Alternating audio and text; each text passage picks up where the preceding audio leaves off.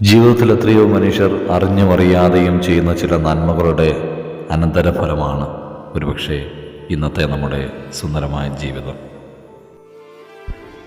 ഈ ഭാവുകങ്ങളെ അങ്ങനെ അത്ര പെട്ടെന്നൊന്നും മറക്കാൻ കഴിയില്ല കേട്ടോ. 2004 സെൻ്റ് ആൻസ് ദേവാലയത്തിൽ നിന്ന് അൾത്താരപാലന്മാരെയെല്ലാം കളത്തിപ്പടിയിലെ ക്രിസ്റ്റീൻ ധ്യാന കേന്ദ്രത്തിലേക്ക് ഈ ബാബുവങ്ങൾ സ്വന്തം ജീപ്പിൽ കൊണ്ടുവിട്ടു. അക്കൂട്ടത്തിൽ ഞാനും ഉണ്ടായിരുന്നു കേട്ടോ.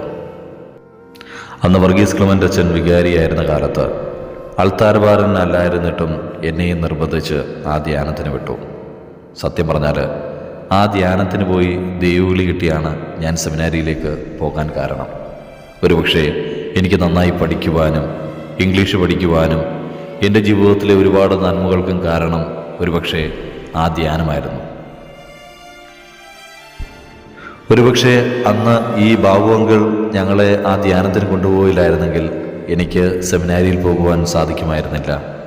എനിക്ക് ഇന്ന് കിട്ടിയ പല നന്മകളും എൻ്റെ ജീവിതത്തിൽ എനിക്ക് ലഭിക്കില്ലായിരുന്നു.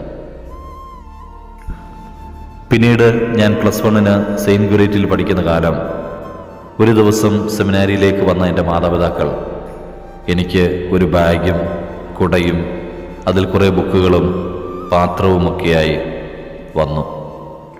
തിരക്കിയപ്പോൾ അത് ഈ ബാബു അങ്കിളുടെ ചേട്ടനായ രാജു അങ്കിൾ എനിക്ക് സമ്മാനമായി കൊടുത്തയച്ചതാണ് എന്ന് എന്നോട് പറഞ്ഞു. ഒരുപക്ഷെ എൻ്റെ ജീവിതത്തിൽ പലപ്പോഴും ഞാനത് നന്ദിയോടെ ഓർക്കാറുണ്ട്. ദൈവത്തെ പലപ്പോഴും നമ്മുടെ നഗ്നമായ നേത്രങ്ങൾ കൊണ്ട് നമുക്ക് കാണാൻ സാധിക്കുകയില്ല.